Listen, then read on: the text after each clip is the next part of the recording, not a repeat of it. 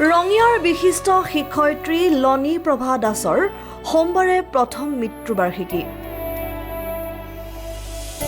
এই দিনটোতে বিশিষ্ট পৰিৱেশ বিজ্ঞানী ডক্টৰ অমৰজ্যোতি কাশ্যপ, ৰঙিয়া শিক্ষক প্ৰশিক্ষণ মহাবিদ্যালয়ৰ অধ্যক্ষ পাৰ্থসাৰথী মহন্ত, বিশিষ্ট জ্যেষ্ঠ শিক্ষাবিদ পবিত্ৰ কলিতা, জ্যেষ্ঠ শিক্ষাবিদ লক্ষ্মীকান্ত মহন্ত, বিশিষ্ট সমাজকৰ্মী ধৰ্মকান্ত ডেকা, কবি নুৰুল আমিনকে ধৰি ৰঙিয়াৰ বহু কেইজন বিশিষ্ট ব্যক্তিয়ে সোমবাৰে প্ৰয়াত বিশিষ্ট শিক্ষয়িত্ৰী লনীপ্ৰভা দাসৰ স্বৰচিত কবিতা সংকলন সঁহাৰি উন্মোচন কৰে।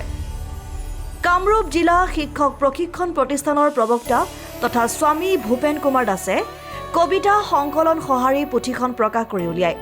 প্ৰকাশক ভূপেন কুমাৰ দাসৰ বাসভৱনত অনুষ্ঠিত হোৱা এই অনুষ্ঠানত উপস্থিত থকা সকলোৱে কবিতা সংকলন সঁহাৰি কবিতা পুথিখন পঢ়ি আপ্লুত হোৱাৰ লগতে কবি লনীপ্ৰভা দাস আৰু প্ৰকাশক ভূপেন কুমাৰ দাসক ধন্যবাদ আৰু কৃতজ্ঞতা জনোৱাৰ লগতে লনীপ্ৰভা দাসৰ আত্মাৰ চিৰশান্তি কামনা কৰে।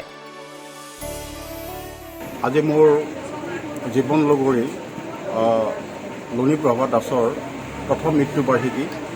আজি বাৰ্ষিক শ্ৰাদ্ধ এই অনুষ্ঠান আমি ইতিমধ্যে সমাপ্ত কৰিছোঁ আৰু এই মাংগলিক অনুষ্ঠানটোৰ লগত সংগতি ৰাখি মোৰ পত্নীয়ে যাতে সন্তুষ্টি পায় আৰু তেখেতৰ যিটো প্ৰতিভা, সেই প্ৰতিভাটো যাতে সমাজত বিকশিত হয়, সমাজত যাতে স্থায়ী হয়, তাৰ ইয়াতে ক্ষুদ্ৰ প্ৰয়াস মই কৰিছোঁ যে মোৰ লনীয়ে লিখা যিবিলাক কবিতা আছে সেই কবিতাবোৰ লগাই এখনি আজি কবিতা সংকলন সঁহাৰি প্ৰকাশ কৰিছোঁ আৰু বিশিষ্ট ব্যক্তিসকলৰ জৰিয়তে, আমন্ত্ৰিত ব্যক্তিসকলৰ জৰিয়তে এই কবিতা পুথিখন আজি উন্মোচন কৰিছোঁ।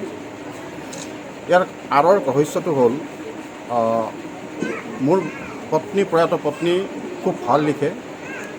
তেখেত যদিও ছায়েন্সৰ BSc পাছ কৰিছিলে, গুৱাহাটী বিশ্ববিদ্যালয়ৰ পৰা আইডলত MA কৰিছিলে অসমীয়াত, আৰু পিছত নলবাৰী ডাইটৰ পৰা DLED কৰিলে আৰু শিক্ষকতা হিচাপে তেখেতে 2011 চনৰ পৰা শিক্ষকতা কৰিছে আৰু তাৰ আগতেই 2005 চনৰ পৰা সৰ্বশিক্ষা অভিযানৰ বিভিন্ন প্ৰগ্ৰেমত ৰিচোৰ্চ পাৰ্চন হিচাপে কাম কৰিছে আৰু তেখেতৰ যিটো সমাজৰ প্ৰতি বৰঙণি আৰু যিটো ৰিলেশ্যনশ্বিপ বিভিন্ন সমাজৰ বিভিন্ন ব্যক্তিৰ লগত, সেইটো খুব ভাল আছিল।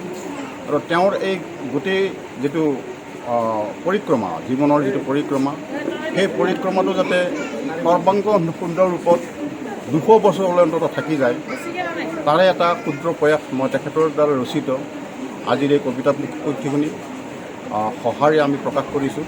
আৰু এই কবিতা পুথিখনত তেখেতৰ এনেকুৱা এটা বিষয় নাই যে এটা বিষয়ৰ ওপৰত তেখেতে ইয়াত আলোকপাত কৰিছে।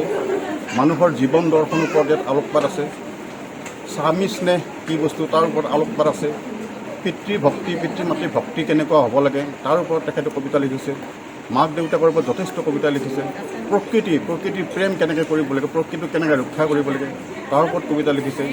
আনকি হোমেন বৰগোহাঁইদেৱ যেতিয়া যিদিনাখন ঢুকাল, তেখেতৰ ওপৰতো তেখেতে মোৰ পত্নীয়ে কবিতা লিখিছে। আৰু কৰোণাত মানুহৰ সংসাৰ, গোটেই পৃথিৱীৰ কৰোণাত হাহাকাৰ লাগিল মানুহৰ, সেই কৰোণা সম্পৰ্কেও তেখেতে যথেষ্ট কবিতা লিখিছে। গতিকে কবিতা পুথিখনত এটা দিশেই নহয়, বিভিন্ন দিশৰ সমাহাৰ হৈছে আৰু তেওঁৰ নিজৰ মনৰ যিটো ব্যথা, সেই ব্যথা প্ৰকাশ কৰিছে। যেতিয়া তেওঁ ৰোগত ভুগি থাকে, চেন্নাই এপললৈ অহা যোৱা কৰি থাকোঁ, সেই সময়তে কবিতাবোৰ লিখা। আৰু এনেও তেওঁ যেতিয়া হেণ্ডি গাৰ্লছ কলেজত পঢ়িছিলে, তেতিয়া তেওঁ কম্পিটিশ্যনবিলাকত কবিতাৰ বিশেষকৈ কবিতা আবৃত্তি আৰু কবিতা হঠাতে কবিতা লিখা, এইবিলাকত তেওঁ ফাৰ্ষ্ট প্ৰাইজ পাইছিলে। যি নহওক, তেখেতৰ যিটো প্ৰতিভা, তেখেতৰ যিটো মনৰ ইচ্ছা আছিলে, সেই ইচ্ছাটো মই আজি পূৰ কৰিছোঁ। বিভিন্ন ব্যক্তি, বিভিন্ন সমাজৰ লগত জড়িত ব্যক্তি, সাংবাদিক বা আমাৰ সুধীবৃন্দ আছে, গোটেইবিলাকৰ সন্মুখত মই তেখেতৰ ইচ্ছা পূৰণ কৰি পাই নিজৰ গৌৰৱ অনুভৱ কৰিছোঁ আৰু আশা ৰাখিছোঁ ভগৱন্তই মোৰ মিছেছক স্বৰ্গত বৈকুণ্ঠত চিৰশান্তি লাভ কৰাৰ কাৰণে ব্যৱস্থা কৰিব আৰু তেখেতে আমাৰ পৰিয়ালটোক আশীৰ্বাদে আগুৱাই লৈ যাব। আৰু এইখিনি মই আজি অনুভৱ প্ৰকাশ কৰিছোঁ আপোনালোকৰ। নমস্কাৰ।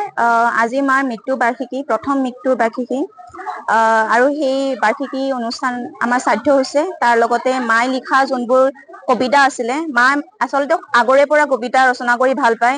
মই যেতিয়া সৰু আছিলোঁ, মায়ে যেতিয়া স্কুলত কিছুমান স্কুল উইক হয়, তেতিয়া মোক কবিতা আবৃত্তি কৰিবলৈ শিকাইছিল। সৰুৰে পৰা জানো যে মায়ে কবিতা লিখি বহুত ভাল পায়। সেইটোৱে তেখেতে যেতিয়া দুৰাৰোগ্য দুখত ভুগি আছিল, তেতিয়া তেখেতে যোনবোৰ তেখেতৰ মনৰ ইচ্ছা আছিলে বা কিছুমান মনৰ ভাৱনা আছিলে সেইবোৰ প্ৰকাশ কৰিছে এই কবিতাসমূহৰ যোগেদি। সেইকাৰণে তেখেতৰ যাতে এই কবিতাবোৰ চিৰস্থায়ী হৈ থাকে, আজি তেখেতৰ প্ৰথম মৃত্যু বাৰ্ষিকীত এই কবিতা পুথিসমূহ, কবিতা সংকলনসমূহ এখন কিতাপ হিচাপে গঢ়ি তোলোৱা হ'ল। আশা কৰো আপোনালোকে চবেই ভাল পাব ইয়াত পঢ়ি পিনে, কাৰণ ইয়াত অকল এটা ধৰণে নহয়, বিভিন্ন ধৰণৰ কবিতা আছে।